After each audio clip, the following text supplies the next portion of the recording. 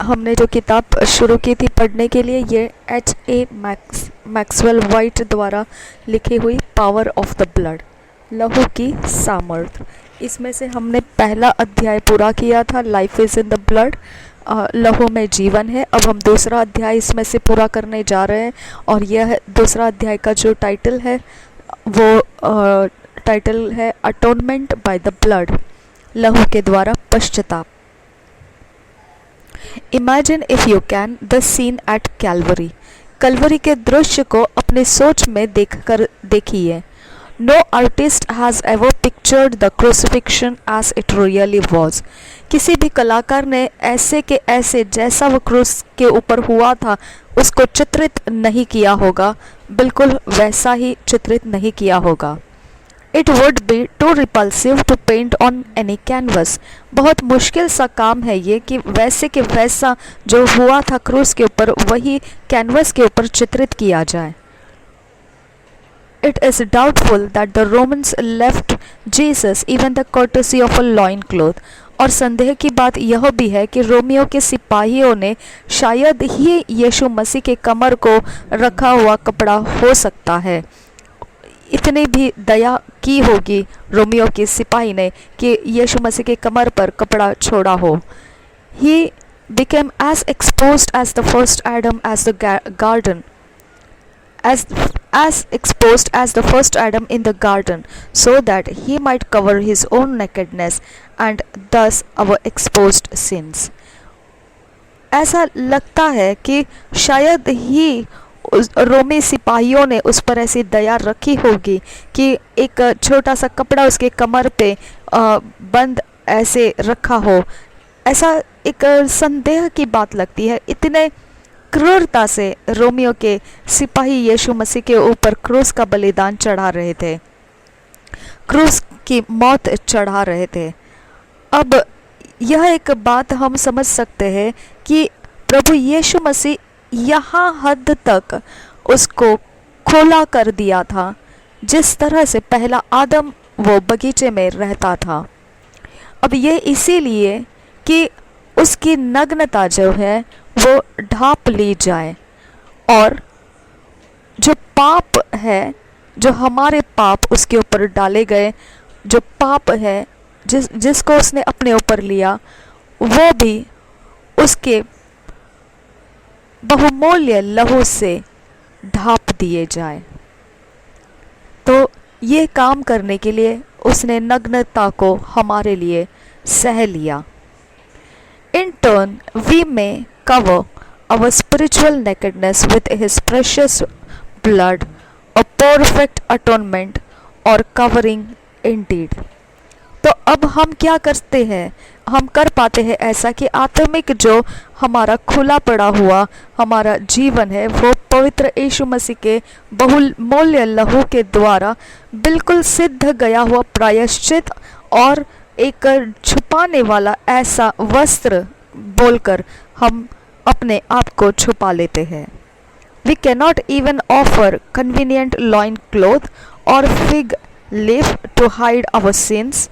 हमारे पास इतना भी ऐसा कुछ है नहीं जिसकी हम उपयोग कर सके, इस प्रकार की सुविधा हमारे अंदर है नहीं समझ में कि हमारे कमर को ढांपने के लिए और या फिर एक कोई प्रकार से अंजीर के पत्तों से हमारे पाप को ढांपने के लिए कुछ इस्तेमाल कर ले।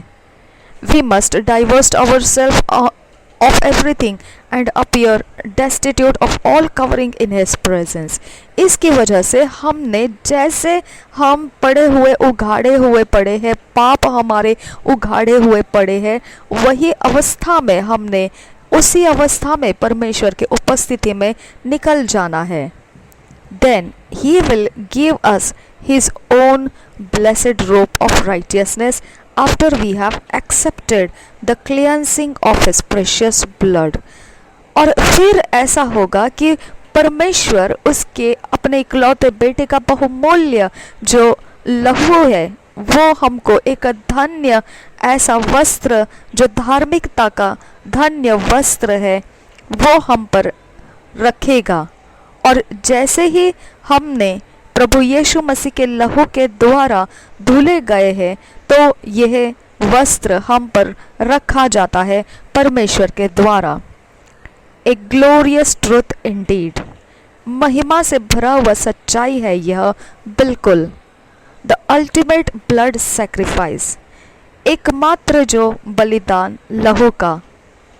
The crown of thorns was put upon his head, not greatly but रफली, जो ताज कांटों का उसके सिर पर रखा गया था, आसानी से नहीं रखा गया था, परंतु बहुत ही सख्त तरीके से उस पर रखा गया था। Many thorns perhaps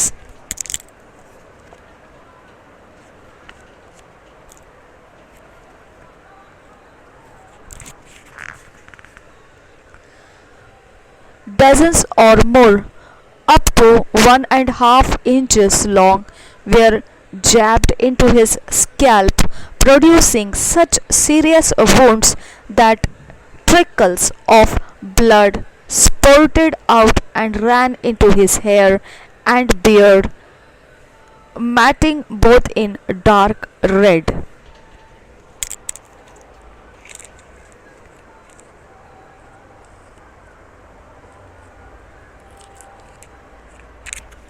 जो कांटे थे वो बहुत ज़्यादा थे मात्रा में, और वो बहुत ज़्यादा नुकीले थे, और वह 1 और आधे इंच की लंबाई रखे थे, और उतनी लंबाई वाले कांटे उसके सिर के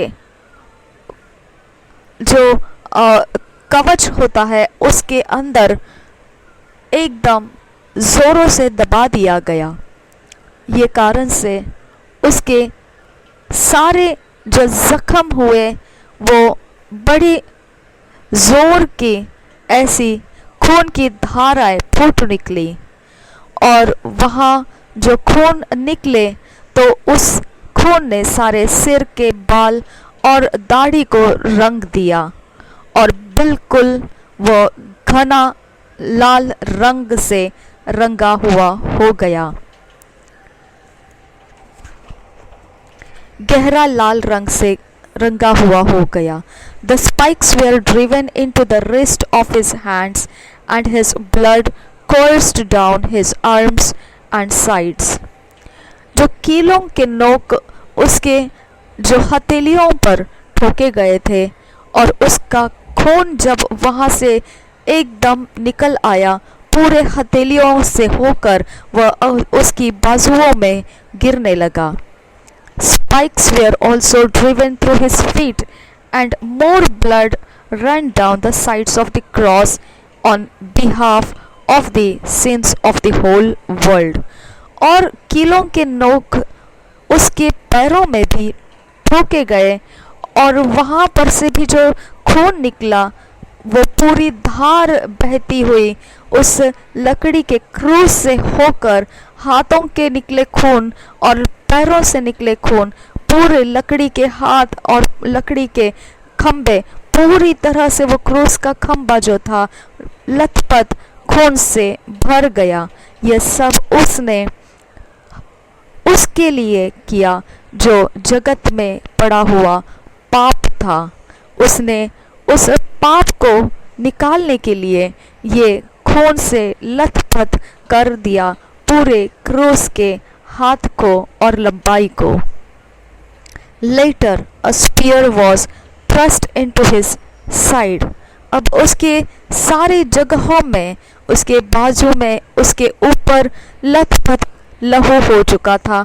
उसके बाद फिर बर्छी को लाया गया था और उसके बाजुओं में उसे मारा गया, और यहाँ देखने के लिए कि वह मर गया है या नहीं। And his blood spilled out, और फिर उसमें से तुरंत खून एकदम बाहर निकला। और यूहन्ना 19 के 34 में इस वचन को हम पढ़ सकते हैं। And run down the cross unto the ground beneath. वो लहू दोबारा बहता हुआ क्रूस की सारी लंबाई को वो भिगोता हुआ जमीन के ऊपर आ गया। और ये बात यूहन्ना 19 के 34 में हम पढ़ सकते हैं। हम पढ़ेंगे उस वचन को।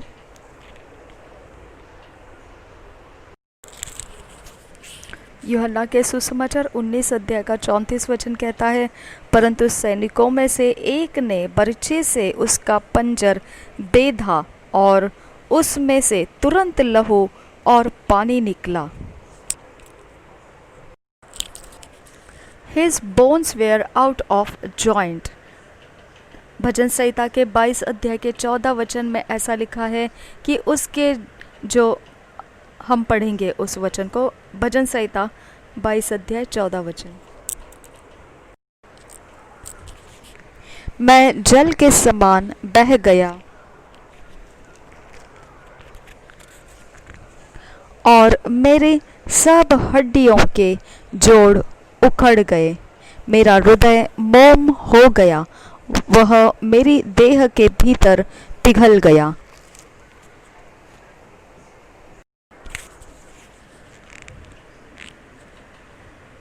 His face was dreadful to look at, his features unrecognizable। उसका चेहरा भयानक दिख रहा था और उसके जो शरीर का रूप था वह बिल्कुल पहचाना नहीं जा सकता था। यशायाह के 53 में यह अध्याय बताता है। Since he was already dead when the soldiers arrived to break his legs, which was their custom in order to hasten death, not a bone of him was broken। Psalms 34:20, John 19:36। उसका यह जो रूप है जो बिगड़ गया था, इतना बिगड़ गया था कि वो पहचाना नहीं जा सकता था। एक मनुष्य जाति का जो रूप होता है वैसा वो नहीं दिख रहा था। और उसका चेहरा जो है भारी भयानक, ऐसा वो उसकी दशा हो चुकी थी, वो बहुत ही भयानक दिख रहा था। और फिर ये सब वर्णन किया है यशायाह के 53 अध्याय में। और जैसा कि वो मर गया था तो सिपाहियों ने आकर उसके बाजू को बर्छी से भेदा ताकि वो खून और पानी निकलने से पता लगा उनको कि वह मर गया है। तो वो आने से पहले ही वह मर गया था और वो इसीलिए आए थे, अगर वो मरा नहीं हो तो उसके पैरों को तोड़ा जाए। ये एक रिवाज था जो जल्दी से मौत को आने के लिए पैरों को तोड़ा जाता था क्रूस के ऊपर के गुनहगारों का। परंतु भजन संहिता 34 के 20 वचन और यूहन्ना के 19 के 36 वचन में ऐसा लिखा है कि उसकी एक भी हड्डी तोड़ी न जाएगी। हम पढ़ेंगे दोनों वचन। भजन संहिता 34 का 20 वचन। भजन संहिता 34 का 20 वचन कहता है, वह उसकी हड्डी हड्डी की रक्षा करता है और उनमें से एक भी टूटने नहीं पाती। यूहन्ना के 19 अध्याय 36 वचन में ये कहा है, ये बातें इसलिए हुई कि पवित्र शास्त्र में जो कहा गया वह पूरा हो, उसकी कोई हड्डी तोड़ी न जाएगी। Those who looked on him saw only blood। जिसने भी उसको देखा वो सिर्फ खून ही खून को देखता था। It was a spectacle of blood। वो एक खून का तमाशा बन गया था। His hair and beard were soaked in his own blood। उसके बाल, सिर के बाल और दाढ़ी पूरी तरह से लहू में भीग चुकी थी। His back was lacerated from the 39 stripes। उसका पीठ जो है वह पूरी तरह से उसके मांस के लच्छे इस प्रकार से नोचते हुए बाहर निकले थे 39 कोड़ों के कारण, and was covered with his own blood, पूरी तरह से वह पीठ में भी खून से भीग चुका था और पूरी तरह से खून ही खून उस पर पड़ा हुआ था। The cross was soaked with blood, पूरा जो क्रूस था वह पूरी अपनी दशा में खून से लथपथ हो चुका था। As well as the ground around the base of the cross, इसके साथ साथ वही उसी ज़मीन के ऊपर इर्द गिर्द सब जगह पर उस क्रूस के ज़मीन पर पूरी तरह से खून पड़ा हुआ था।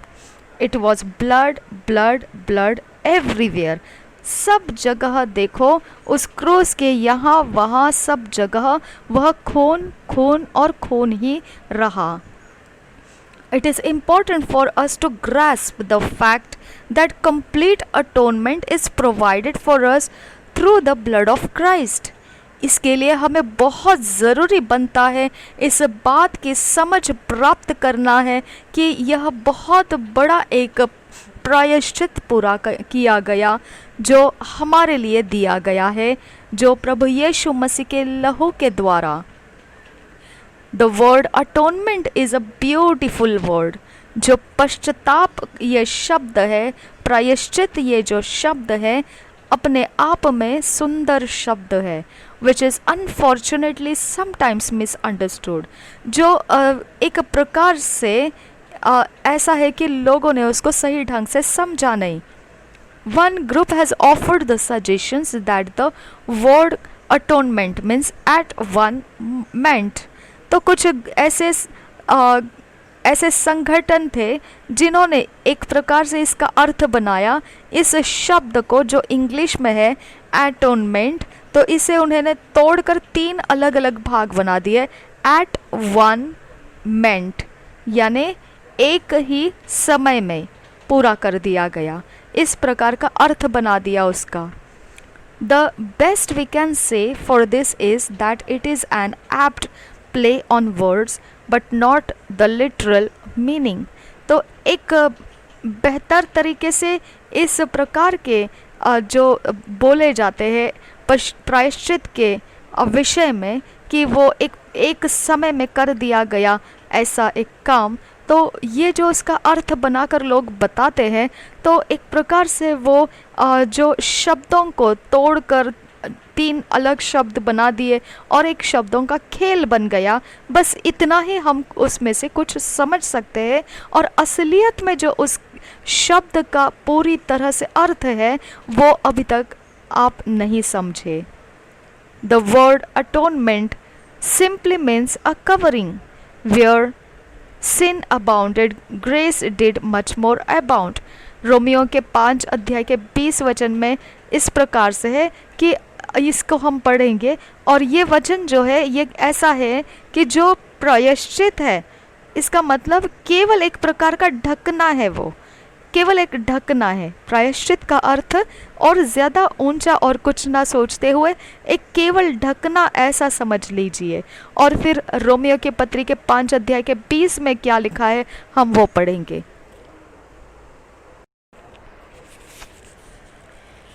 व्यवस्था बीच में आ गई कि अपराध बहुत हो, परंतु जहाँ पाप बहुत हुआ वहाँ अनुग्रह उससे भी कहीं अधिक हुआ।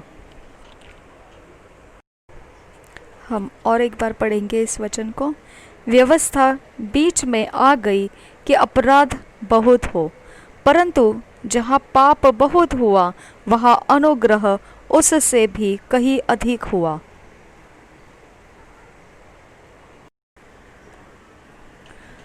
For with grace came the blood of Jesus, which freely given in love covers all our sins। अनुग्रह जो है प्रभु यीशु मसीह के लहू के द्वारा आया और मुफ्त में वह प्रेम के कारण हमको पाप ढांपने के लिए दिया गया। यही बात हम नीति वचन के 10 अध्याय के 12 वचन में पढ़ सकते हैं, रोमियो की पत्री 4 अध्याय के 7 वचन और पहला पत्रस 4 अध्याय के 8 वचन में पढ़ सकते हैं। हम सारे वचन पढ़ेंगे। नीति वचन के 10 अध्याय का 12 वचन ऐसा कहता है, बैर से तो झगड़े उत्पन्न होते हैं, परंतु प्रेम से सब अपराध ढांप जाते हैं। रोमियो की पत्री 4 अध्याय 7 वचन ऐसा कहता है, धन्य है वे जिनके अधर्म क्षमा हुए और जिनके पाप ढांपे गए। पहला पत्रस 4 अध्याय 8 वचन ऐसा कहता है, सब में श्रेष्ठ बात यह है कि एक दूसरे से अधिक प्रेम रखो, क्योंकि प्रेम अनेक पापों को ढांप देता है। द फैमिली बॉम्ब शेल्टर, एक परिवार जो बम से छुपने के लिए जो जगह बनाई जाती है, उसमें जो रह रहे थे वो परिवार के विषय में कोई घटनाएं यहाँ पर वर्णन की गई है, हम पढ़ेंगे उसे। The effectiveness of the covering by the blood of Jesus was made very real to me, to Mrs. White and me during the World War II when we were living in England। जो ये लहू का जो काम है ढांपना, प्रभु यीशु मसीह का लहू जो ढांपता है हमें, इसका असली अर्थ मुझे उस समय पता चला। इसका जो अनुभव मैंने इसलिए असलियत में तभी पाया, मिसेस वाइट और मैंने तभी पाया जब वर्ल्ड वॉर 2 हो रहा था, यानी जागतिक युद्ध जो दूसरा युद्ध चल रहा था, उस समय वो जब इंग्लैंड में रहा करते थे। We often experienced dangerous air raids during which buzz bombs where flying everywhere, और बहुत ज़्यादा मात्रा में खतरनाक हवा में उड़ने वाले बमबारियों को उन्होंने बहुत बड़ी आवाज़ों में फटते हुए सब जगहों में उन्होंने पाया था। But we were able to lie down with our children and sleep through much of the peril। और इसके बावजूद वो कहते हैं कि हम जो है बहुत आराम से अच्छी नींद अपने बच्चों के साथ हम ऐसी मुसीबत के अवस्थाओं के बीच में भी सो रहे थे। The protection afforded by the blood of Jesus was so real that it seemed as if we were sleeping in a strong shelter।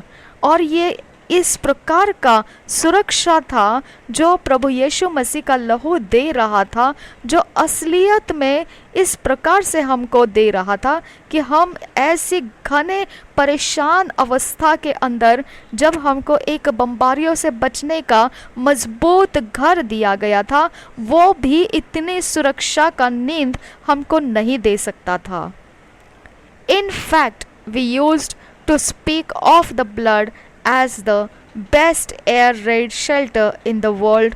और ये जो हमें सुरक्षा का जो घर दिया गया था बमबारियों के से बचने का, तो भी वो इतना अच्छा होने के बावजूद हम उसके ऊपर आधार नहीं ले रहे थे, हम उसके आधार से सुरक्षा नहीं मान रहे थे, जबकि हम यही देख रहे थे कि हम प्रभु यीशु मसीह के लहू की पुकार करते रहे और फिर वही लहू हमारे लिए सबसे उत्तम सुरक्षा देगा। और ये जो घर दिया गया है बमबारियों से बचने का, ये भी बढ़िया सा ऐसा घर रहा।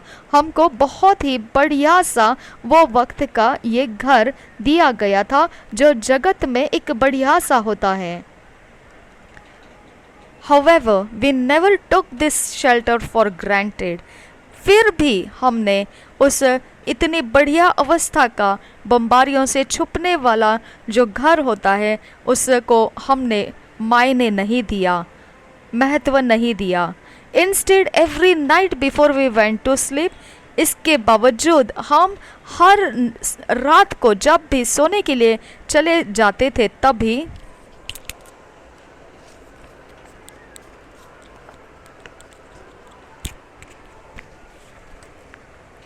we would cover ourselves our home and our children with the blood of Jesus. हम अपने आप को, अपने घर को और अपने बच्चों को प्रभु यीशु के लहू में छुपा लेते थे. One night, 13 bombs landed within a 3/4 mile radius of our home. एक दिन ऐसा हुआ कि 13 बमबारियां नज़दीक ही घर के अंतर में गिरे और बहुत ही एकदम नज़दीकी अंतर में. And they were big blockbusters. इतने भयानक ऐसे उनका विस्फोट हो चुका था. Yet aside from some minor damage to the house we were all kept safe. अब इसके बावजूद कि इतने धमाकेदार वो फटे थे कि उसका जो नुकसान होना था गहरा हो सकता था, परंतु वैसा ना होते हुए केवल कुछ ही ऐसे थोड़े से नुकसान घर को हुआ और बाकी सब कुछ सुरक्षित रहा. God's love covers our sin. परमेश्वर का प्रेम हमको ढांपता है, हमारे पापों को ढांपता है. If we can clearly understand the meaning of the word atonement, we have discovered tremendous truth. अगर सफाई से हम समझ जाए कि ये प्रायश्चित का अर्थ क्या है इस शब्द का, तो हम बहुत बड़ी सच्चाई को फिर खुलवा कर हमारे अंदर ले लिए हैं. फिर God has provided a substance by which we can cover things we no longer want. परमेश्वर ने यह सुविधा हमें दी है, यह ऐसी वस्तु दी है जिसके द्वारा हम जो हमको नहीं चाहिए उस पर हम प्रभु यीशु मसीह का लहू लगाकर प्रतिबंध कर सकते हैं. God guarantees not even to see our sins after we reckon by faith that the blood of Jesus has covered them. और परमेश्वर इसकी हमें खातरी देता है कि हमारे पाप भी वो देखता नहीं है जब हम विश्वास करते हैं प्रभु यीशु मसीह के ऊपर. और जब प्रभु यीशु मसीह के ऊपर विश्वास करने से प्रभु यीशु का लहू उन पापों को जो हमने किए हुए थे ढांप देता है. Why is this? ऐसा क्यों है? Because when God sees the blood of the lamb, he does not see sin. इसका कारण यह है जब परमेश्वर लहू का, जो मेमने का लहू का वो देखता है लहू को, तब उसको हमारे पाप दिखाई नहीं देते हैं, उसको पाप दिखाई नहीं देता है. We are told in Leviticus that not only is the life in the blood, but the blood is also the only substance that make an atonement or covering for our souls. और लेवियों व्यवस्था में पहले ही हमें बता दिया गया है कि जीवन लहू में है, और लहू केवल उतना ही नहीं रखता है जीवन, परंतु वह ऐसी चीज़ बनाई गई है जो प्रायश्चित के लिए या फिर प्राणों को ढांपने के लिए इस्तेमाल की जाएगी. लव्य व्यवस्था 17 अध्याय 11 वचन हम पढ़ेंगे. लव्य व्यवस्था 17 अध्याय 11 वचन ऐसा कहता है, क्योंकि शरीर का प्राण लहू में रहता है और उसको मैंने तुम लोगों को वेदी पर चढ़ाने के लिए दिया है कि तुम्हारे प्राणों के लिए प्रायश्चित किया जाए, क्योंकि प्राण के कारण लहू ही से प्रायश्चित होता है. The sinner upon accepting of substitute in Old Testament times, it was a clean animal, but since the crucifixion, it is Jesus himself sees the substitute dying in his place. अब जब पुराने नियम में हम देखते थे, जब पापी रहा करते थे, अगर उन्होंने इस प्रकार का कोई ऐसा सुविधा स्वीकार किया जो उनके पाप को ढांप सके, तो वह एक शुद्ध प्राणी रहा करता था. और जब उसे एक प्रकार से देखा जाए तो यीशु मसीह ही वो प्राणी, शुद्ध प्राणी का मतलब हो जाता था, जो प्रभु यीशु मसीह क्रूस के ऊपर चढ़ाया गया बलिदान। तो इस प्रकार से वह जो सुविधा के लिए एक रास्ता बनाया गया था कि एक शुद्ध प्राणी को मारा जाए और पापों को ढांप दिया जाए, ये जो व्यवस्था थी पुराने नियम की, यह एकदम देखा जाए तो यह व्यवस्था, यह सुविधा प्रभु यीशु मसीह के विषय में बताती है कि ये एक सुविधा प्रभु यीशु मसीह खुद है जो मरने वाले हैं पापियों की जगह में।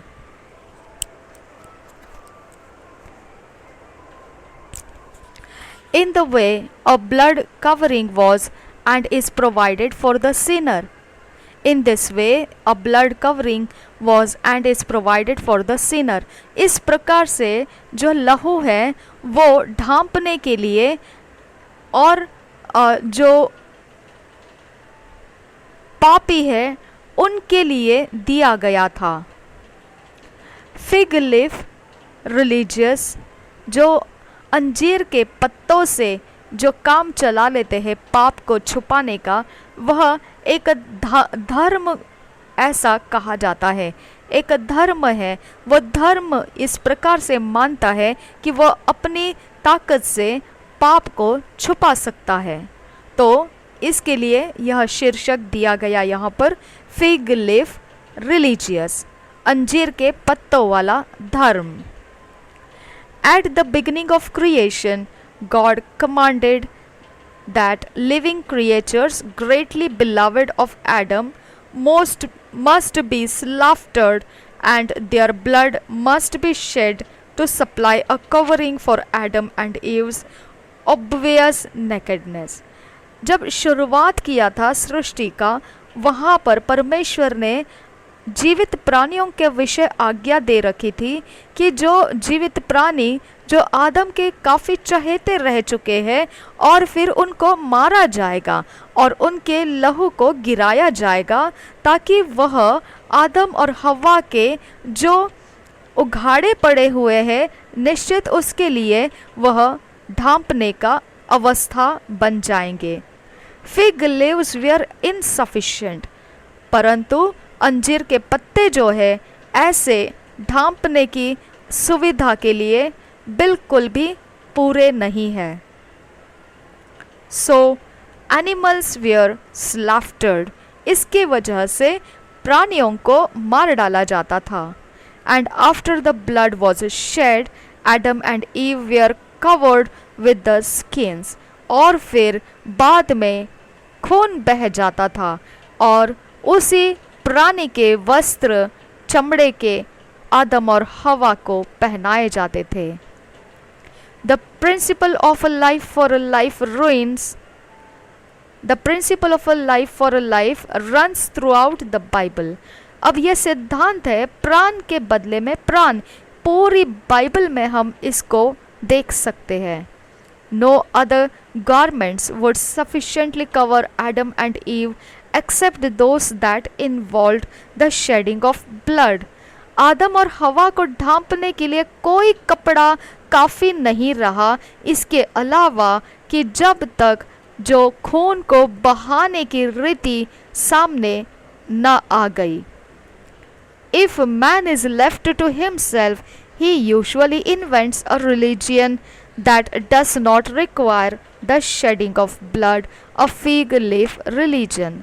अगर मनुष्य को अपनी राह छोड़ दे तो वह ऐसा एक तरीका ढूंढ निकालेगा जिसके अंदर वो एक धर्म समझते हुए जिसमें जो पाप को या खुद को छुपाने की लहू के गिराने की ज़रूरत नहीं रहेगी, और वह अपने तौर तरीके के इस्तेमाल से खुद को और पाप को छुपाने के रास्ते भी ढूंढ निकालेगा।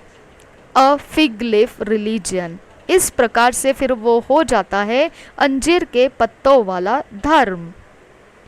This is why it is exceedingly important that in observing the Lord's Supper we partake of both the bread and the wine.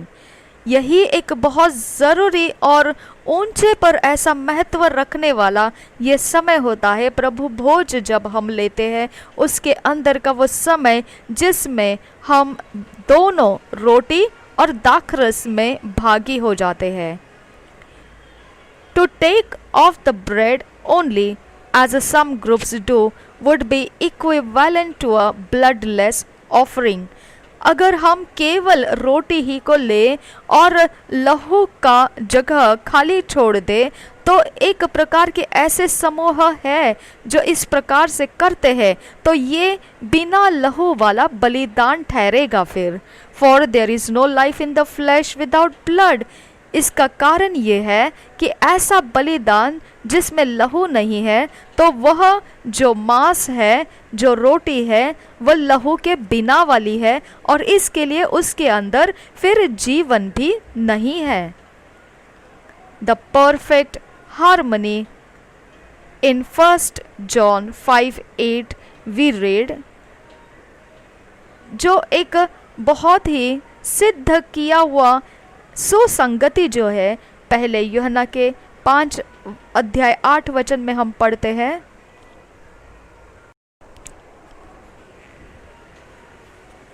गवाही देने वाले 3 हैं, आत्मा और पानी और लहू, और तीनों एक ही बात पर सहमत है। And there are 3 that bear witness in earth, the spirit and the water and the blood, and these 3 agree in one. In the scriptures, water is often a symbol of the word of God. पवित्र वचन के अंदर अगर पानी को देखें तो पानी ये जो है ये एक चिन्ह है परमेश्वर के वचन का। It is what washes us continuously as we see in Ephesians 5:26. यह वह है वचन जो यह है जो हमें निरंतर धो देता है, धुलता रहता है। इफिसियों के 5 अध्याय के 26 वचन में इस विषय में लिखा हुआ है। हम पढ़ेंगे उस वचन को।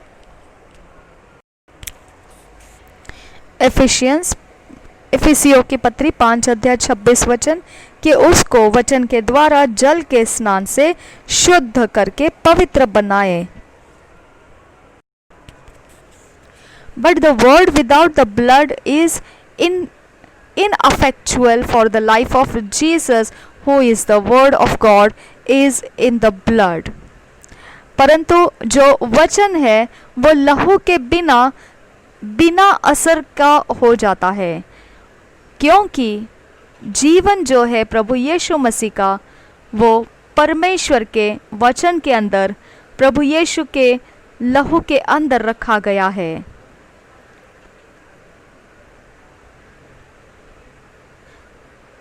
But the word without the blood is ineffectual, for the life of Jesus, who is the word of God, is in the blood. वचन में अगर प्रभु यीशु मसीह का लहू ना हो तो फिर वह वचन जो है वह कोई अर्थ नहीं रखता है, कोई ताकत नहीं रखता है।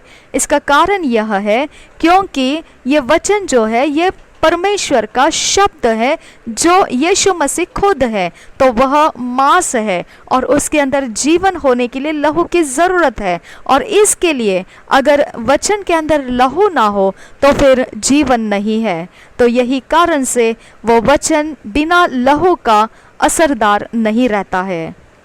Therefore, in the Lord's Supper, it is not proper to receive the bread alone. इसके लिए जब प्रभु भोज लेते हैं तो बिल्कुल ये सही तरीका नहीं कि आप केवल रोटी को ही ले। We are to receive both bread and wine, which speaks of Jesus, the crucified word of God, and the blood that he willingly shed. जब हम प्रभु भोज को लेते हैं तो हम दोनों को लेना है, रोटी को भी और दाखरस को भी। वो ये बताता है प्रभु यीशु मसीह जो क्रूस के ऊपर चढ़ाया गया वह परमेश्वर का शब्द है और जो लहू उसने खुद अपने मर्जी से बहाया है। The Holy Spirit is also in complete agreement with the water and the blood.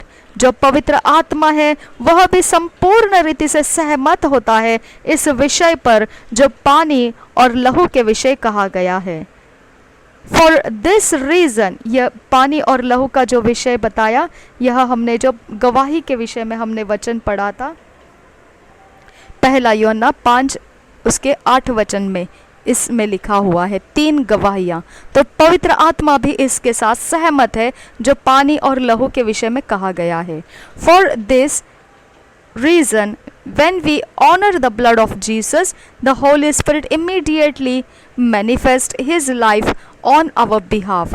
इसकी वजह से ये कारण है, जब हम प्रभु यीशु मसीह के लहू का आदर करते हैं, पवित्र आत्मा तुरंत प्रकट हो जाता है, उसके जीवन को हमारे अंदर लेकर आता है हमारे खातिर। The Holy Spirit agrees with the word of God and with the blood of Jesus. जो पवित्र आत्मा है परमेश्वर के वचन से और प्रभु यीशु मसीह के लहू से सहमत है। And all three are in agreement with the others. They are triunely one. और फिर सारे तीनों एक इकट्ठे अपने अंदर सहमत हुए हैं। पवित्र आत्मा, जल और मतलब पवित्र आत्मा, परमेश्वर का वचन और प्रभु यीशु मसीह का लहू, ये तीनों एक दूसरे में सहमत है और वो तीनों एक संगति में त्रिएक होकर एक इकट्ठे में एक है। पहला यूहन्ना 5 अध्याय 7 से 8 वचन पढ़ेंगे। गॉड्स इक्वेशन, अब परमेश्वर का जो रचना है उसके विषय में हम देखेंगे। फर्स्ट जॉन, पहले यूहन्ना के 5 अध्याय के 7 और 8 वचन में हम इसे पढ़ेंगे। पहला यूहन्ना 5 अध्याय उसका 7 और 8 वचन ऐसा कहता है, और जो गवाही देता है वह आत्मा है, क्योंकि आत्मा सत्य है। गवाही देने वाले 3 है, आत्मा और पानी और लहू, और तीनों एक ही बात पर सहमत है। There is a most wonderful equation in 1 John 5, 7 to 8. यहाँ पर एक बहुत ही खूबसूरत ऐसी रचना है जो पहले यूहन्ना के 5 अध्याय के 7 और 8 वचन में देखने को मिलती है। In fact there are 2 equations. देखा जाए तो यहाँ पर 2 अलग अलग ऐसी रचनाएं हैं। One dealing with God's operations in heaven and the second with his workings on earth. एक रचना जो इसमें से है वह परमेश्वर जो स्वर्ग के अंदर से काम करता है वह रचना, और दूसरी रचना जो है वह है परमेश्वर के काम जो पृथ्वी पर हो रहे हैं। अब हम पहली रचना के विषय में देखेंगे। पहली रचना जो परमेश्वर के काम स्वर्ग में से हो रहे हैं। There 3 that bear record in heaven. जो 3 है जो इस स्वर्ग के अंदर से गवाहियों को रखते हैं, वो है पिता और शब्द और पवित्र आत्मा। तो यह रचना ऐसी हो जाती है, त्रिएक जो स्वर्ग में से ये गवाही देते हैं, पिता अधिक पुत्र अधिक पवित्र आत्मा, ये तीनों मिलकर गवाही रखते हैं स्वर्ग में। Now it is not difficult for us to understand this. अब ये हमको समझने के लिए बहुत मुश्किल नहीं है। The father is overall, the son the word sits on his right hand, and the Holi spirit agrees with all that is done and is the one who visits earth continually to bless God's creation. पिता को हम समझ सकते हैं कि वह सबसे सामर्थी और सर्वशक्तिमान, सबके ऊपर वो छाया हुआ है, और वचन को हम समझ सकते हैं जो प्रभु यीशु मसीह जो पिता का इकलौता प्रिय पुत्र है, जो दाहिने हाथ बैठा है पिता के, और पवित्र आत्मा हम समझ सकते हैं कि वो सहमत है सब कुछ जो किया जाना है, और वो एकमात्र है जो पृथ्वी के ऊपर आकर मुलाकात करता है परमेश्वर के सृष्टि को आशीषित करते रहने के लिए हमेशा ही। The Holi Spirit is omnipresent in earth and heaven at the same time. पवित्र आत्मा जो है वह सब जगह पर उपस्थित रहता है, स्वर्ग में भी और पृथ्वी में भी। एक ही समय में सभी जगहों में वो उपस्थित रहता है। There is complete agreement among the three persons of the trinity. तीनों के बीच में बिल्कुल एक अद्भुत और एक बड़ी सी सहज रीति से सहमति है तीनों के अंदर, और ये तीनों त्रिएक व्यक्ति है।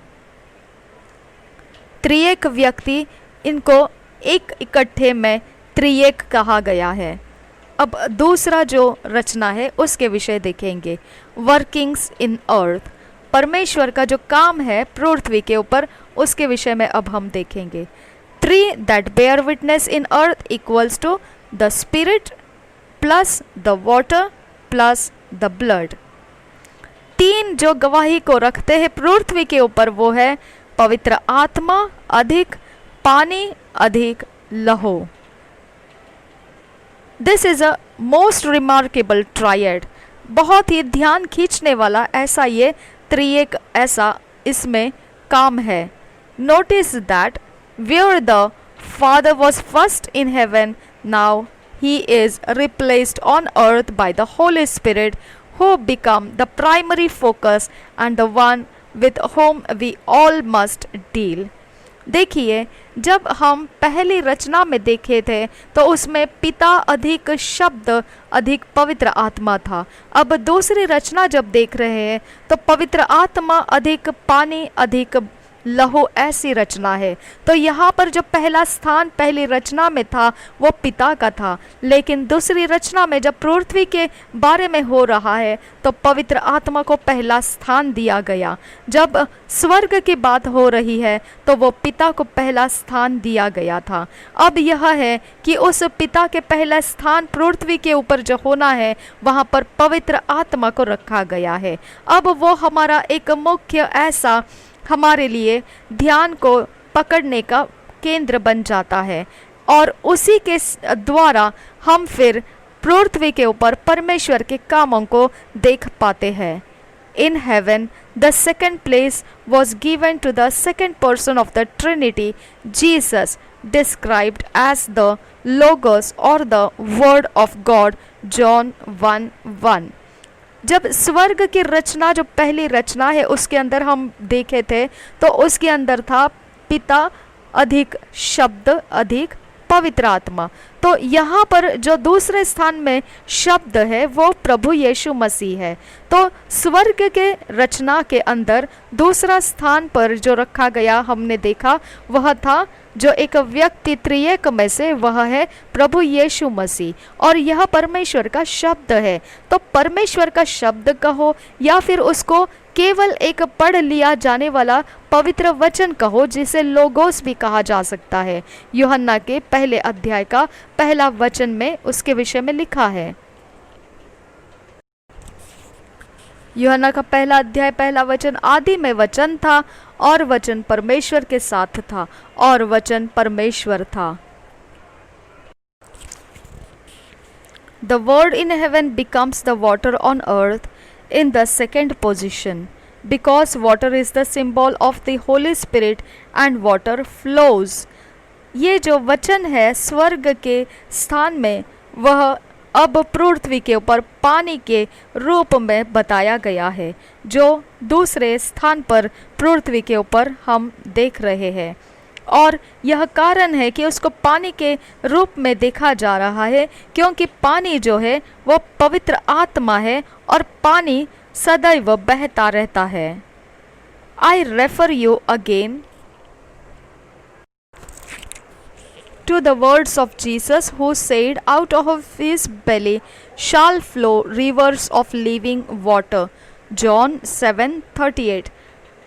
क्योंकि परमेश्वर का प्रभु यीशु मसीह का शब्द वचन इस प्रकार से बोला गया है यूहन्ना के 7 अध्याय के 38 वचन में। यूहन्ना का 7 अध्याय उसका 38 वचन ऐसा लिखा है, जो मुझ पर विश्वास करेगा, जैसा पवित्र शास्त्र में आया है, उसके हृदय में से जीवन के जल की नदियां बह निकलेगी।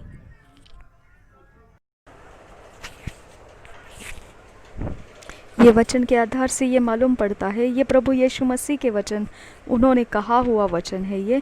और the water of the word in heaven flows down to earth by the Holi spirit as living water from the river of God. तो ये जो पानी, ये जल जो है, ये जल स्वर्ग में से, परमेश्वर का शब्द जो है पानी है वो, और वो स्वर्ग में से बहकर पृथ्वी पर आ रहा है पवित्र आत्मा के द्वारा, जीवित पानी होकर वो नदियों सा, परमेश्वर का जीवित पानी नदियों सा बहते हुए वो पृथ्वी पर आ रहा है। When this water comes into us, it must flow out of us, for we are simply to be channels, just as the vessels of the Old Testament sanctuary were for pouring out blessings, not just for containing blessings. तो जब यह पानी आता है तब हमने बहना है, और जब हम बह रहे होते हो तब हम केवल एक हम जरिया बनते हैं।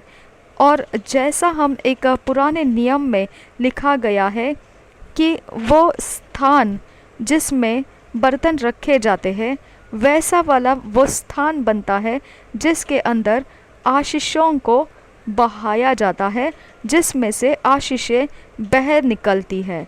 और सिर्फ वो आशीषों को रखने वाला बर्तन नहीं, परंतु वो बर्तन जिसमें से आशीषें बह निकलती है।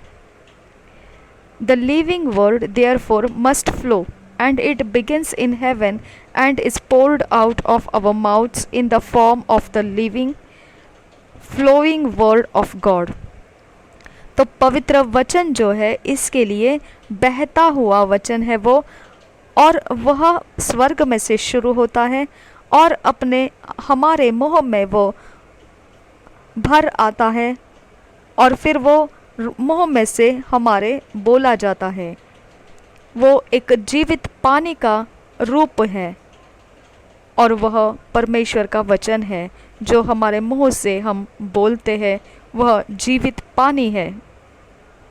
Speaking in tongues is always God's word flowing. और अन्य भाषा में बोलना हमेशा ही परमेश्वर का वचन बहना, हमारे मुंह से बहना होता है। And this may come forth according to our faith as tongues, interpretation of tongues or prophecy, but it is always the Logos word flowing to people to bring them refreshment and blessing. अन्य भाषा बोलते समय हो सकता है ऐसे प्रकार से हम कोई वचन को बोल रहे होंगे, या फिर हम कोई भाषा का जो अनुवाद किया जाता है वो हो सकता है, या भविष्यवाणी हो सकती है।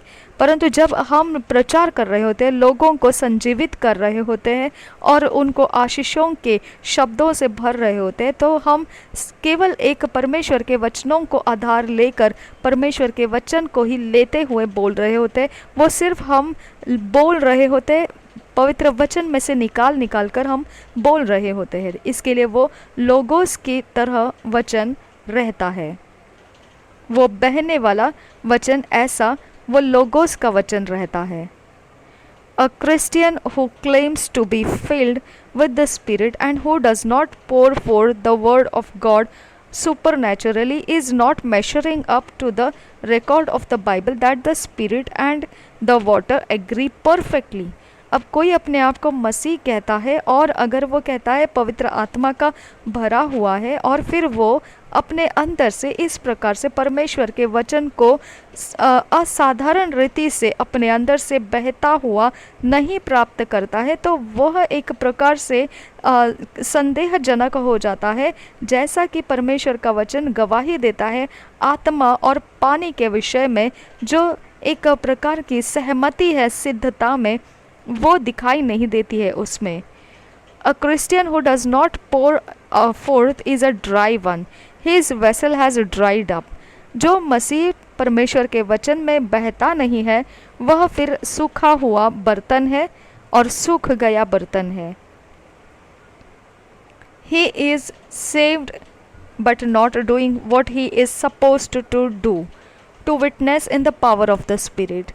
वो बचा तो लिया गया है पाप के दंड से, परंतु उसके बाद उसने जो करना चाहिए वो नहीं कर रहा है। जो उसने करना चाहिए वह गवाही है जो पवित्र आत्मा के सामर्थ्य से प्राप्त होती है। ही इज़ विदाउट पावर, वह सामर्थ्य के बिना चल रहा है, जिसको हम डुनामिस सामर्थ भी कहते हैं। फॉर जीसस सेड, ग्रीक में इसे डुनामिस सामर्थ कहा गया है। For Jesus said we would have his dunamis when the Holi Spirit comes upon us in Pentecostal fashion. ये डुनामिस का अर्थ ऐसा होता है, ये ग्रीक में सामर्थ को डुनामिस कहा गया है। इसका मतलब जो चट्टानों को तोड़ने के लिए इस्तेमाल किए जाते हैं, पटाखों की तरह वो स्फोट कर देता है, उस तरह से ये पावर होती है, जो स्फोट करने वाली पावर होती है। ये सामर्थ की उस सामर्थ की चर्चा की जा रही है।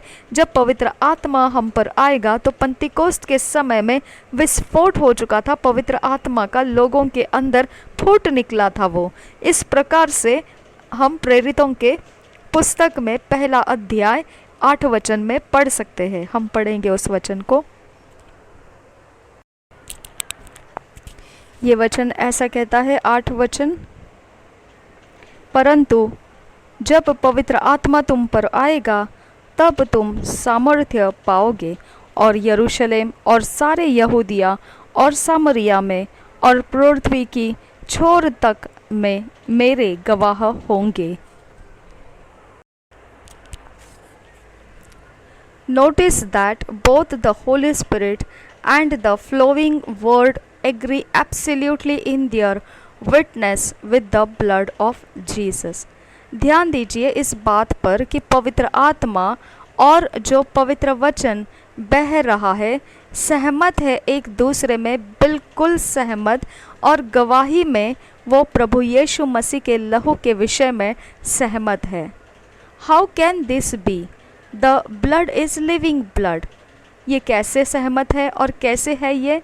The blood is living blood, ये खून जो है जीवित खून है। It is on the mercy seat in heaven, sprinkled by the hand of Jesus when he ascended. See Hebrews 9th chapter. Because in the typology of the Old Testament, the high priest sprinkled the blood of the sacrifice once a year on the gold covered mercy seat of the ark behind the veil of the temple. तो ये कैसे असहमत है? वो जो खून जो है, वो लहू जो है, वो जीवित लहू है, और वो दया के आसन जो स्वर्ग में उसके ऊपर छिड़का गया लहू है, वो छिड़कना प्रभु यीशु ने अपने हाथों से किया है जब वह स्वर्ग में उठा लिया गया था। इब्रानी के 9 अध्याय में हम इसको पढ़ सकते हैं। और ये एक प्रकार का दृश्य था, छाया था, जो पुराने नियम में महायाजक ऐसा किया करते थे, जो यीशु मसीह ने असलियत में कर दिया। वो महायाजक पुराने नियम में ये लहू जो बलिदान के लिए चढ़ाया जाता था वो छिड़कते थे साल में एक बार उस जगह में जो सोने से मढ़ा हुआ वो दया का आसन जो वाचा के संदूक पर एक पर्दे के पीछे उस मंदिर में रखा हुआ था। The mercy seat means the place of propitiation. दया का आसन मतलब वह जगह जहाँ पर पाप को कबूल किया जा सकता है। और mercy where God meets with us on the common ground on the shed blood of the lamb, या फिर दया ऐसी जो परमेश्वर के साथ हम मिल सकते हैं एक ही आधार के ऊपर कि प्रभु यीशु मसीह का जो मेमना है उसका लहू बहाया गया था। वह एकमात्र आधार के सहारे हम परमेश्वर से मुलाकात कर सकते हैं। ऐसी जगह वो है दया का आसन। ब्लड ऑफ स्प्रिंकलिंग, छिड़कने वाला लहू। As recounted by the author of Hebrews, on the day of atonement in the Old Testament, Moses took the blood and sprinkled both the book and all the people. Hebrews 9:19। जैसे कि लिखित ऐसा वचन है जो इब्रानी के लेखक लिख रहा है कि जो प्रायश्चित का दिन है उसमें पुराने नियम में मूसा ने लहू को लिया और दोनों के ऊपर जो पुस्तक थी वाचा की और व्यवस्था की पुस्तक थी और लोग थे, दोनों के ऊपर वो छिड़का। ये इब्रानी के अध्याय 9 और 19 वचन में लिखा है। हम इसे पढ़ेंगे। इब्रानी की पत्री उसका 9 अध्याय 19 वचन।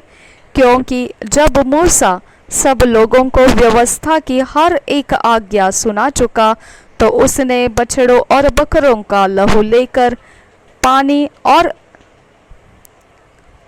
लाल ऊन और जुफा के साथ उस पुस्तक पर और सब लोगों पर छिड़क दिया। ऐसा क्यों? क्यों इस प्रकार से छिड़का जाता था लहू? Because the book is a lifeless book to the reader unless the blood is first applied।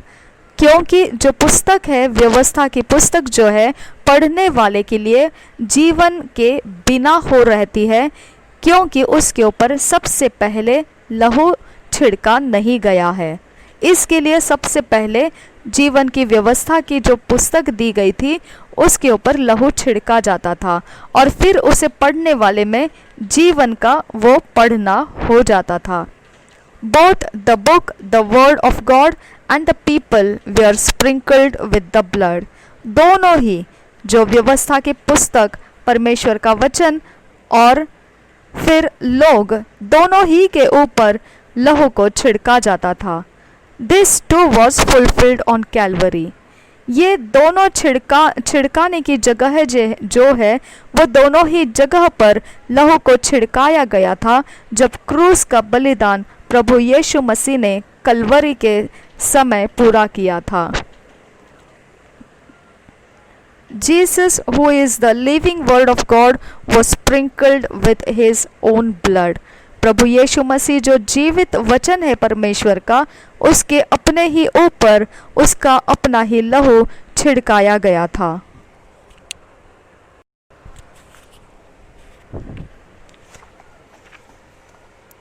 There are some who tell us that it is enough that we have the name of Jesus, but I beg to differ। ऐसे कुछ लोग हैं जो बोलते हैं कि केवल प्रभु यीशु मसीह का नाम ही काफ़ी है, परंतु मैं आपको विनती से बता रहा हूँ कि बिल्कुल अलग है ये। ऐसा बिल्कुल भी सिर्फ इतना ही, यीशु मसीह का सिर्फ नाम ही काफ़ी नहीं है। We need the name and the blood, for the life in its is in the blood।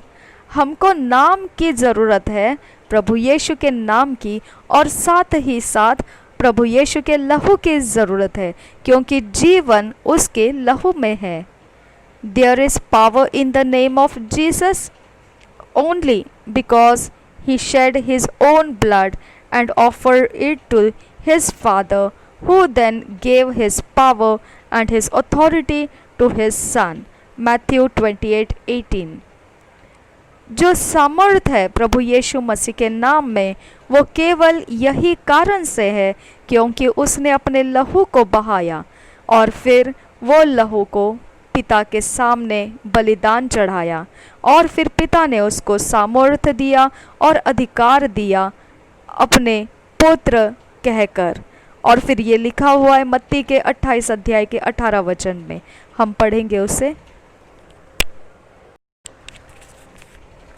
मत्ती का सुसमाचार 28 अध्याय उसका 18 वचन ऐसा कहता है, वे भय और बड़े आनंद के साथ कब्र से शीघ्र लौटकर उसके चेलों को समाचार देने के लिए दौड़ गई।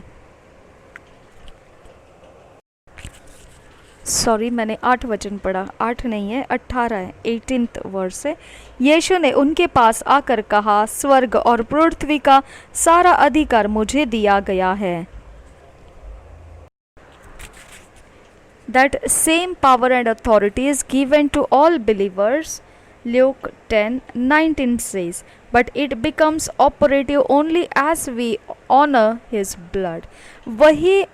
वही वाला सामर्थ और अधिकार जो प्रभु यीशु मसीह को दिया गया था, अब विश्वास करने वालों को प्रभु यीशु मसीह दे रहा है।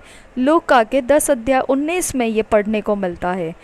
परंतु वह केवल उसी समय संचालित हो सकता है, चलाया जा सकता है, काम में लाया जा सकता है, केवल उसी समय में जब हम पवित्र यीशु मसीह के लहू को आदर करेंगे।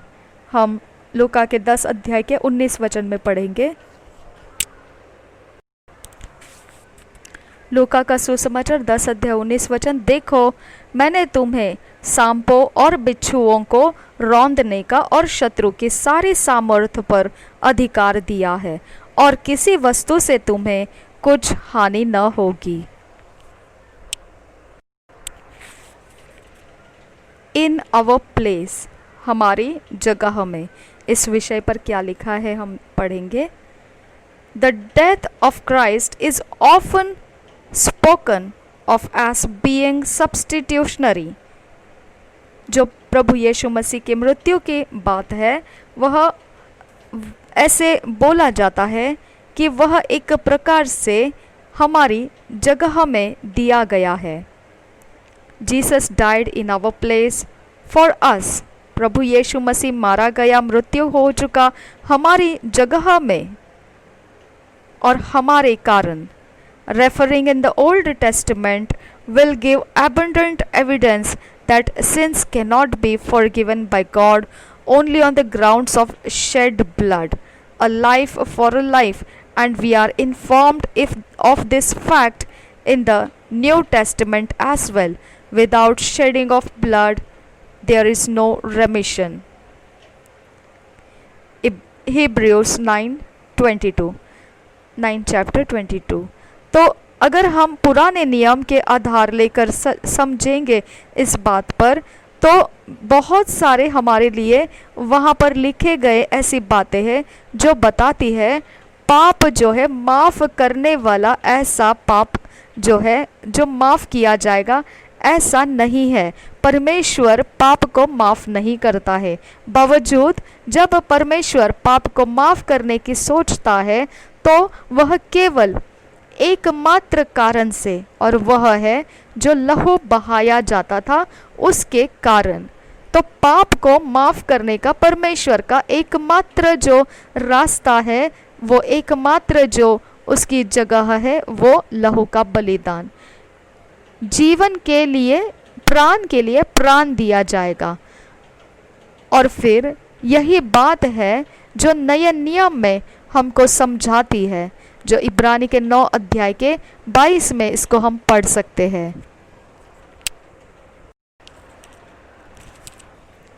इब्रानी के 9 अध्याय का 22 वचन ऐसा कहता है, सच तो यह है कि व्यवस्था के अनुसार प्रायः सब वस्तुएं लहू के द्वारा शुद्ध की जाती है, और बिना लहू बहाए पापों की क्षमा नहीं।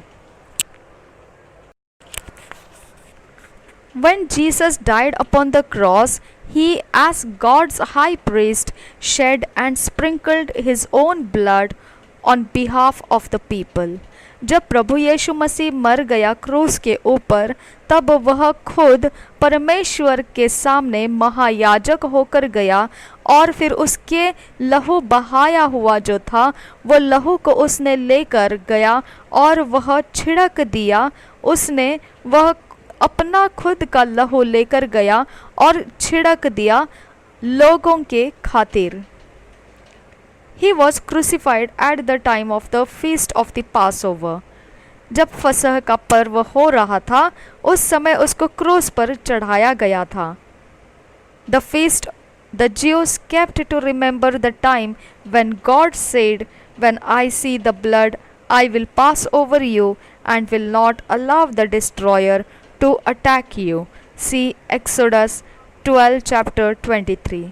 निर्गमन के 12 अध्याय के 23 वचन में हम देख सकते हैं ये फसह का पर्व वह फसह का पर्व था जिसमें यहूदी इस बात को याद करते हैं, वो समय को जब परमेश्वर ने उनसे कहा था कि अगर मैं लहू को देखूंगा तुम्हारे दरवाज़ों के चौखटों पर, तब मैं वहाँ से गुज़र जाऊंगा और मैं तुमको वहाँ पर जो नाश करने वाला स्वर्गदूत है उसके द्वारा आक्रमण होने नहीं दूंगा। यह हम पढ़ेंगे निर्गमन के 12 अध्याय के 23 वचन में। निर्गमन का 12 अध्याय 23 वचन कहता है, क्योंकि यहोवा देश के बीच होकर मिस्रियों को मारता जाएगा, इसलिए वहाँ जहाँ जहाँ वह चौखट के सिरे और दोनों अलंगों पर उस लहू को देखेगा, वहाँ वहाँ वह उस द्वार को छोड़ जाएगा और नाश करने वाले को तुम्हारे घरों में मारने के लिए न जाने देगा। At the very time when the Jews were celebrating the first Exodus, Jesus was making atonement for the second Exodus. तो यहाँ पर वही बराबर समय जब यहूदी फसह के पर्व को पहली बार जो निर्गमन में मना रहे थे, तब प्रभु यीशु मसीह प्रायश्चित के लिए ये दूसरी बार का जो फसह का पर्व में उसका बलिदान होना था, जिस प्रकार से निर्गमन में लहू को छिड़कने के विषय में, लगाने के विषय में कहा गया था, वही बलिदान की वो तैयारी में लग चुका था। To all who will believe in his sacrifice and the efficacy of his precious blood, them there is an exodus from sin and the penalty of sin, which includes sickness.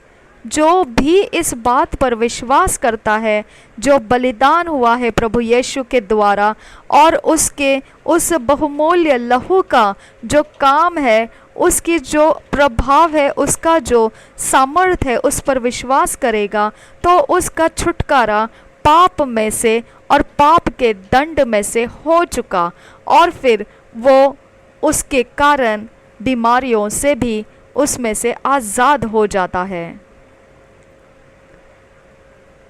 Foreshadowing fulfilled in Christ, जो भी एक छाया थी पुराने नियम में, वह सच्चाई में प्रभु यीशु के द्वारा परिपूर्ण कर दी गई। Every type and symbol of the atonement in the Old Testament was fulfilled in Christ. हर एक जो प्रायश्चित का चिन्ह बताया गया था पुराने नियम में, वह सब कुछ मसीह ने पूरा कर दिया। When Jesus shed blood splattered over his body, his garments, the cross and the ground, the following events that foreshadowed his atoning work were completed. जब प्रभु यीशु मसीह का लहू गिराया गया तो वो इस प्रकार से फूट निकला था उसके शरीर में से, वह पूरे वस्त्र को, क्रूस को और उसके नीचे ज़मीन को, उसके साथ साथ वो पूरी तरह से भर गया था। और यह प्रायश्चित का काम हो रहा था जो पुराने नियम में इसके विषय में एक हमने परछाई सी, एक छाया सी हमने देख रखी थी। इसमें पहला जो काम हुआ, first blood sprinkled on the altar, ये जो पहला छिड़कने का काम किया गया था वह था वेदी के ऊपर। निर्गमन के 24 अध्याय 6 से 8 वचन इस विषय में बताता है, हम पढ़ेंगे उसको। Exodus 24 6 to 8 verse. निर्गमन की पुस्तक 24 अध्याय 6 से 8 वचन। और मूसा ने आधा लहू लेकर कटोरी में रखा और आधा वेदी पर छिड़क दिया। तब वाचक की पुस्तक को लेकर लोगों को पढ़कर सुनाया। उसे सुनकर उन्होंने कहा, वो जो कुछ यहोवा ने कहा है उस सब को हम करेंगे और उसको आज्ञा मानेंगे। 8 वचन। तब मूसा ने लहू लेकर लोगों पर छिड़क दिया और उनसे कहा, देखो, यह उस वाचा का लहू है जिसे यहोवा ने इन सब वचनों पर तुम्हारे साथ बांधी है। दूसरा जो काम ये प्रभु यीशु के लहू का छिड़कना होता है वो है second, all around on the altar. वेदी के सारे इर्द गिर्द में से, सारे संपूर्ण इर्द गिर्द में से। तो हम इसको पढ़ सकते हैं एक्सोडस 29 चैप्टर 12th वर्स और 16th वर्स और Leviticus 7th chapter 2nd verse हम पढ़ेंगे। निर्गमन 29 अध्याय 12 और 16 वचन पढ़ेंगे। और बछड़े के लहू में से कुछ लेकर अपनी उंगली से वेदी के सींगों पर लगाना और शेष सब लहू को वेदी के पाए पर उंडेल देना। 16 वचन।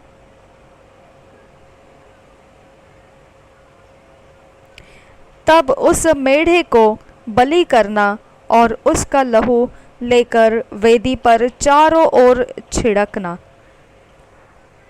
Exodus 29 12th verse 16th verse हमने पढ़ा।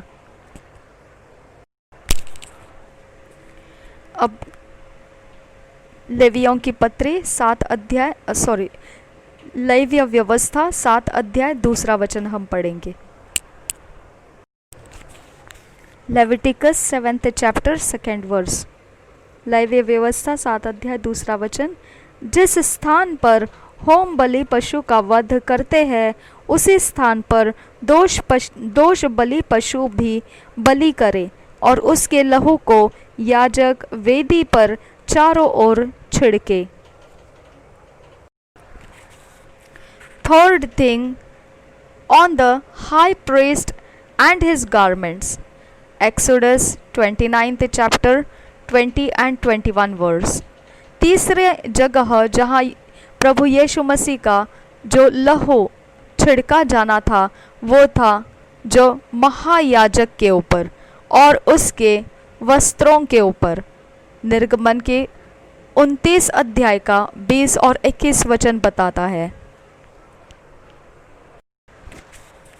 निर्गमन की पत्री 29 अध्याय 20 और 21 वचन कहता है, तब उस मेढ़े को बलि करना और उसके लहू में से कुछ लेकर हारून और उसके पुत्रों के दाहिने कान के सिरे पर और उनके दाहिने हाथ और दाहिने पांव के अंगूठों पर लगाना और लहू को वेदी पर चारों ओर छिड़क देना। फिर वेदी पर के लहू और अभिषेक के तेल, इन दोनों में से कुछ कुछ लेकर हारून और उसके वस्त्रों पर और उसके पुत्रों और उनके वस्त्रों पर भी छिड़क देना। तब वह अपने वस्त्रों समेत और उसके पुत्र भी अपने अपने वस्त्रों समेत पवित्र हो जाएंगे। Fourth place, at the base of the altar. चौथी जगह जहाँ पर लहू छिड़कना होता है वह है वेदी के नीचे जो ज़मीन है, उस ज़मीन स्तर के ऊपर वह लहू छिड़कना होता है। हम इसे पढ़ सकते हैं Leviticus 4th chapter 7th verse. इसमें ये सही ढंग से हम समझ सकेंगे। लेवीय व्यवस्था के 4 अध्याय के 7 वचन में हम इसे पढ़ेंगे। लेवीय व्यवस्था 4 अध्याय 7 वचन ऐसा कहता है, और याजक उस लहू में से कुछ और लेकर सुगंधित धूप की वेदी के सींगों पर जो मिलाप वाले तंबू में है यहोवा के सामने लगाए। फिर बछड़े के सब लहू को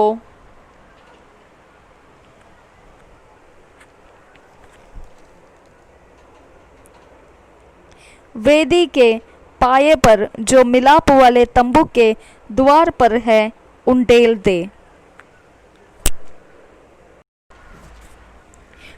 fifth, on the side of the altar, Leviticus 5:9।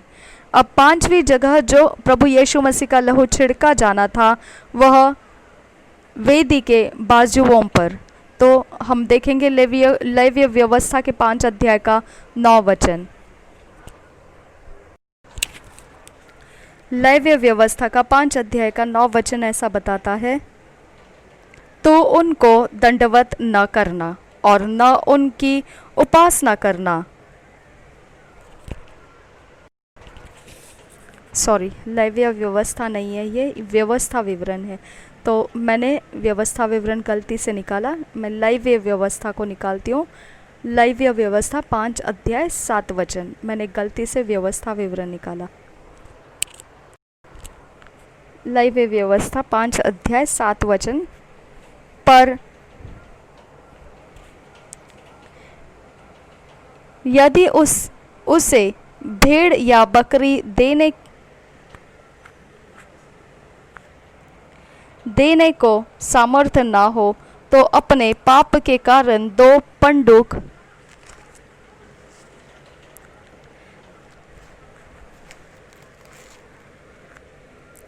पंडुक या कबूतरों के 2 बच्चे दोष बलि चढ़ाने के लिए यहोवा के पास ले आए।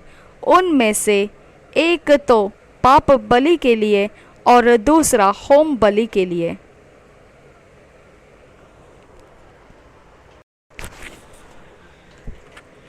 नौ वचन इसमें लिखा है, 5 अध्याय का 9 वचन इसमें लिखा है, और वह पाप बलि पशु के लहू में से कुछ वेदी के बाजू पर छिड़के, और जो लहू शेष रहे वह वेदी के पाए पर गिराया जाए, वह पाप बलि ठहरेगा। मैंने 7 और 9 वचन पढ़ा, उसमें से केवल 9 वचन हमको ज़्यादा ध्यान देना है। 6वां जगह जो है वो 6th जगह जो है, 6th, before the tabernacle 7 times, numbers 19:4। तो 6वीं बार जो छिड़कना था वह यह था, जो तंबू था उसके सामने 7 बार छिड़का जाएगा। तो ये गिनती के पुस्तक 19 अध्याय 4 में लिखा हुआ है।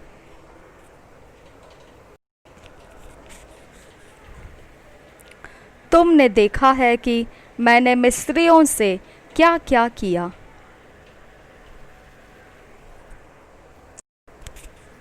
एक मिनट, गिनती की पुस्तक 19 अध्याय 4 वचन है ये। एक मिनट, ये नहीं, गिनती की पुस्तक में जाना है, 19 अध्याय 4 वचन। गिनती की पुस्तक 19 अध्याय 4 वचन, ये ऐसा लिखा है, तब एलियाजर याजक अपनी उंगली से उसका कुछ लहू लेकर मिलाप वाले तंबू के सामने की ओर 7 बार छिड़क दे। Thus last was fulfilled in that the cross and the hill of Calvary were within sight of the temple in Jerusalem, for Calvary was outside the city wall। तो आखिरी वाला जो लहू छिड़कना था वो तंबू के सामने छिड़कना था। तो यह क्रूस के बलिदान पर, और वो जो पहाड़ी थी कलवरी की चोटी थी वहाँ पर वह पूरा हो गया, क्योंकि ये दोनों जो दृश्य में दिखाई देते थे वह यरूशलेम के मंदिर के सामने का दृश्य था।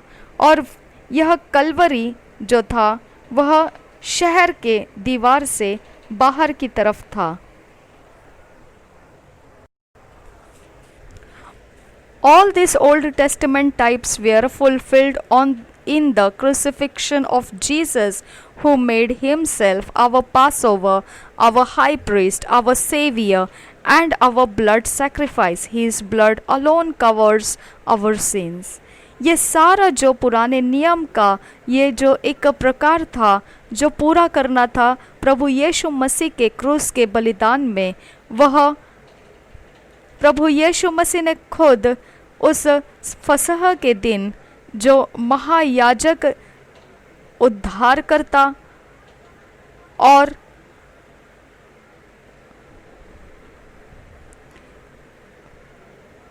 हमारे लिए लहू का बलिदान बनकर पूरा करके आया। सब कुछ ये जो है पुराने नियम का प्रकार है और वह प्रभु यीशु मसीह ने क्रूस के बलिदान में पूरा करके आया। उसने अपने आप को फसह और अपने आप को महायाजक, अपने आप को उद्धार करता और अपने आप को खून चढ़ाने वाला बलिदान, ऐसा हमारे लिए वो हमारी खातिर बना। His blood alone covers our sins. उसका खून एकमात्र वो हमें पाप से ढांपने के लिए है। All these Old Testament types were fulfilled in the crucifixion of Jesus, who made himself our Passover, our high priest, our Savior, and our blood sacrifice. His blood alone covers our sins. ये सब कुछ जो पुराने नियम के प्रकार थे प्रभु यीशु मसीह ने क्रूस के बलिदान पर पूरा किया। वो हमारे लिए फसह बना, हमारे लिए महायाजक बना, हमारे लिए उद्धारकर्ता बना और हमारे लिए लहू का बलिदान बना। और प्रभु यीशु मसीह का लहू है केवल जो पाप को ढांप देता है। जीसस बोर अवर गिल्ट। प्रभु यीशु मसीह ने हमारे दोष को उसके ऊपर ले लिया।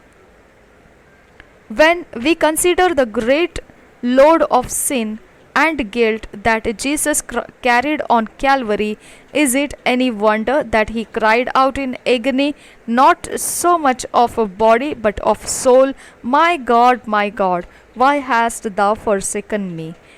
Psalms 22:1, Matthew 27:46। जब हम इस बात की ओर गौर करते हैं कि पूरे बोझ से हमारा जो पाप हम पर पड़ा हुआ था और दोष जो हमें दबाए जा रहा था वह प्रभु यीशु मसीह ने कलवरी पर उठा लिया, तो क्या हमें इस बात से आश्चर्य होना है कि वह पुकार उठा, रोता हो, एकदम दुख से, पीड़ाओं से पुकार उठा कि हे प्रभु, वो तो अपने ये पुकार को शरीर से नहीं कह रहा था और वो अपने प्राण में से ये पुकार कह रहा था, जो भजन संहिता के 22 अध्याय के 1 में लिखा है। मत्ती के 27 अध्याय के 46 में आप पढ़ सकते हैं। ऐसे पुकारा उसने, मेरे प्रभु, मेरे परमेश्वर, तूने मुझे क्यों त्याग दिया। तो ये पुकारना उसका जो दर्द भरा था वो हम सुनते हैं तो क्या हमें आश्चर्य लगना है? बिल्कुल नहीं, क्योंकि वो उतना गहरा पाप का बोझ जो हम पर था, उस पाप के बोझ को, हमारे दोष के दबाव को उसने अपने ऊपर लिया था और वो दर्द भारी था उसका, और वो शरीर का दर्द नहीं था, उसके प्राण का वो दर्द उस शब्दों में उसने बयान किया कि पिता पिता, हे परमेश्वर, तूने मुझे क्यों त्याग दिया। ये भजन संहिता के 22 अध्याय के 1 वचन में और मत्ती के सुसमाचार 27 अध्याय के 46 में हम इसे पढ़ेंगे। पहले हम भजन संहिता 22 का 1 पढ़ेंगे।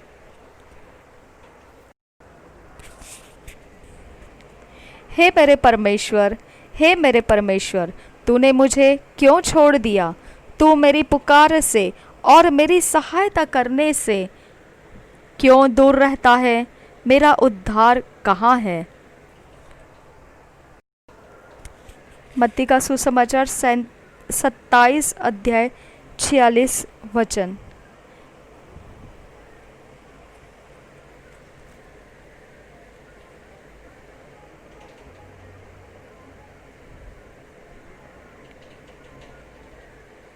तीसरे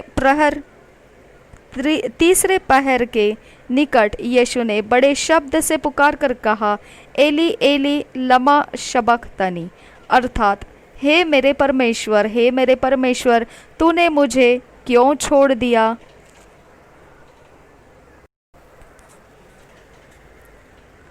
but why had the father forsaken the son, परंतु परमेश्वर पिता ने क्यों पुत्र को त्याग दिया। Because it is written that God can not look upon sin, इसका कारण यह है कि परमेश्वर का वचन पहले ही लिखा हुआ है कि परमेश्वर पाप की ओर अपनी दृष्टि नहीं कर सकता है। हबक्कुक के पहले अध्याय का 13 वचन कहता है, हम पढ़ेंगे उसे। हबक्कुक पहला अध्याय 13 वचन ऐसा कहता है, तेरी आंखें ऐसी शुद्ध है कि तू बुराई को देख ही नहीं सकता और उत्पात को देखकर चुप नहीं रह सकता। फिर तू विश्वासघातियों को क्यों देखता रहता, और जब दुष्ट निर्दोष को निगल जाता है तब तू क्यों चुप रहता है। When Jesus was hearing the sins of the world in his body on the cross, when Jesus was bearing the sins of the world in his body on the cross, the Father could not look at his Son. Jesus had become sin for us. 2 Corinthians 5 chapter 21। जब प्रभु यीशु मसीह हमारे पापों को उसके शरीर में लिए हुए था, संपूर्ण जगत का पाप उसके शरीर पर रखा गया था क्रूस के बलिदान के समय, तब पिता उसे देख नहीं पाया, उसके पुत्र को वो देख नहीं पाया, और वह जब प्रभु यीशु मसीह हमारे कारण पाप गिना गया था। दूसरे कुरिन्थियों 5 अध्याय 21 में इसको पढ़ सकते हैं, हम पढ़ेंगे इसे।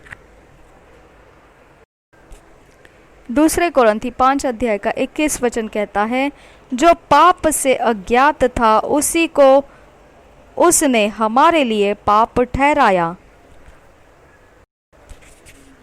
कि हम उसमें होकर परमेश्वर की धार्मिकता बन जाए। Since Jesus was bearing the guilt of our sins in his own body, 1 Peter 2:24, it was not possible for the Father to look upon him until Jesus had covered his own body with his blood and died. इसका कारण यह था कि प्रभु यीशु मसीह जो दोष को अपने ऊपर लिए हुए था, मनुष्यों के पाप का दोष जो लिए हुए था, यह बात हम पहले पत्रस के 2 अध्याय 24 में पढ़ सकते हैं। यही कारण बना कि पिता उसके ओर देख नहीं सकता था, और जब तक उसके शरीर को लहू से ढाप नहीं दिया जाए, प्रभु यीशु मसीह के लहू से वो ढापा न जाए उसका शरीर और वह मर न जाए, तब तक यह अवस्था को पिता देख नहीं सकता था। हम पढ़ेंगे पहला पत्रस 2 अध्याय 24 वचन। पहला पत्रस 2 अध्याय 24 वचन यह कहता है, वह आप ही हमारे पापों को अपनी देह पर लिए हुए क्रूस पर चढ़ गया, जिससे हम पापों के लिए मरकर धार्मिकता के लिए जीवन बिताए, उसी के मार खाने से तुम चंगे हुए।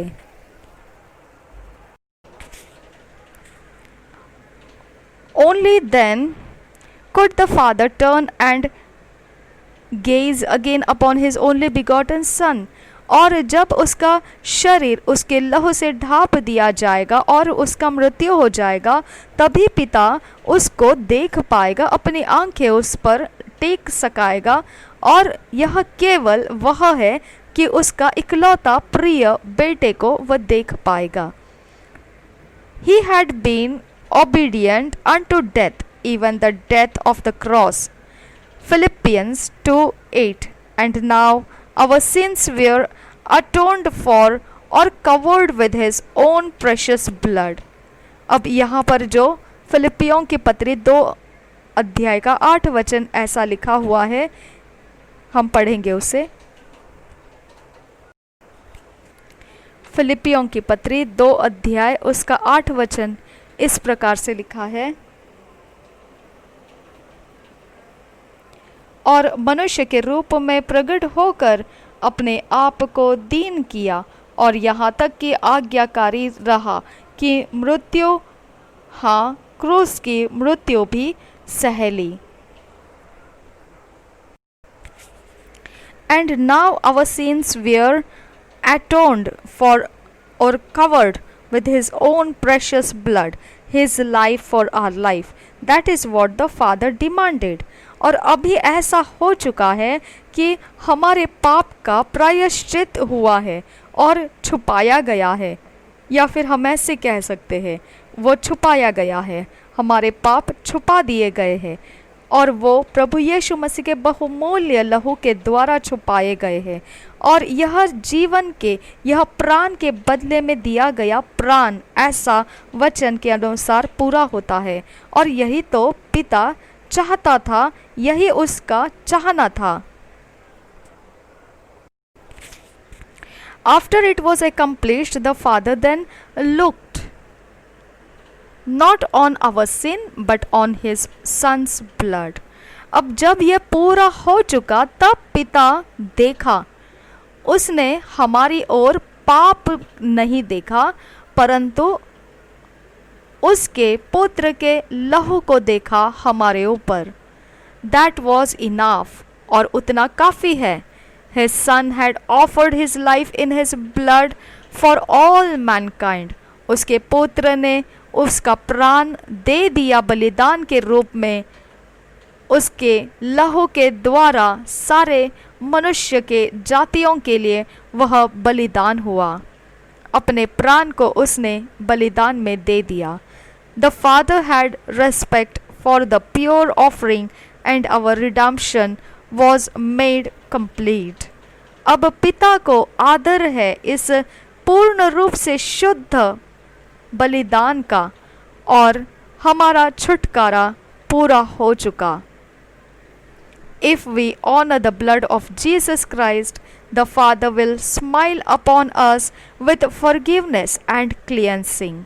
अगर हमने आदर किया प्रभु यीशु मसीह के लहू का, तो पिता हमारे ऊपर वह आनंद से प्रसन्न होकर वह हमें माफ़ करता है और हमें शुद्ध करता है, धोकर साफ करता है।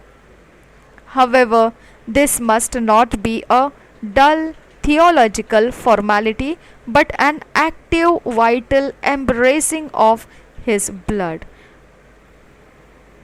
हालांकि यह नहीं होना चाहिए कि हम इसे केवल एक पढ़ाको, एक वृत्ति के अनुसार, एक रीति के अनुसार इसे ले, ऐसा हमने नहीं करना है। हमने इसे जीवित तरह से और सामर्थ्य की तरफ से हमने इसे गले लगाना है। प्रभु यीशु मसीह के लहू को हमने स्वीकारना है। We do not offer our own works, we offer only his blood. हम अपने कार्यों को अर्पण नहीं चढ़ाते हैं, हम अर्पण चढ़ाते हैं वो केवल प्रभु यीशु मसीह का लहू।